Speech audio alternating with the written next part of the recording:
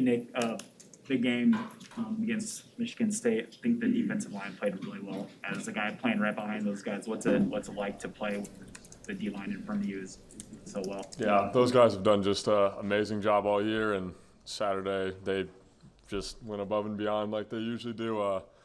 Whenever we're doing like inside backers and linebackers are playing well, it's always a reflection that they're doing the dirty work, and they might not always get the stats and the tackles, but they're really the true piece of it. You know what I mean? It always starts up front. What's it like in practice when a guy like Damian Daniels does something very well that might not show up on the stat sheet? What do you guys tell him after that? Oh, it gets us fired up. Just keep encouraging him and stuff, and he knows it too. Like, he loves it. Like, he just such a great player and so great at embracing his role. Like, he obviously makes a lot of plays too, but when he's not making plays, he's eating double teams and he never gets moved off the ball, so it's really nice, yeah.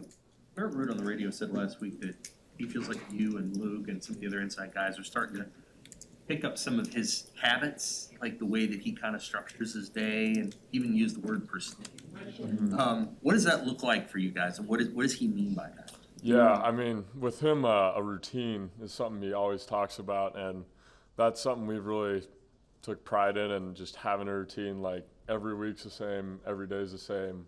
We do this, and nothing changes no matter if you're feeling good or bad. Like, you always got to stick to the routine no matter what and keep getting better. Affected your game positively? Yeah, it helps a lot because when you build a routine, he also talks about stacking days a lot. So when you build a routine, it's really easy and useful to stack days.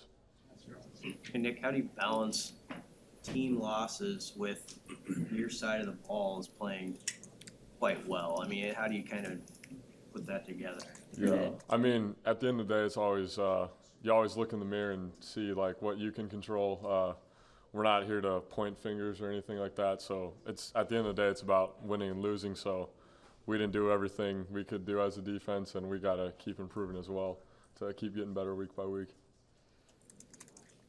Nick, do you have an example of Garrett Nelson's passion for the game, his fire to be just a kind of something that like you watched him do and like as intense? Yeah, I mean, from the first day, we early enrolleed, he was my roommate together, and the first day it was like we moved in, I think it was a Friday night or Saturday or whatever, and it's like 9 o'clock at night or something like that. We were just like, parents were just leaving and stuff, and he's like, "Hey, you want to go lift?"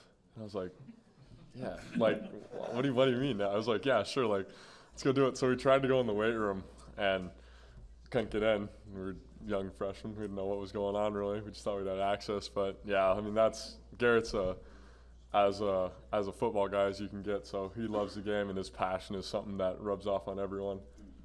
That little recruiting class you guys had, the in-state guys, I think there were 5 of you in that 2019 class, and then Luke came in as a walk-on.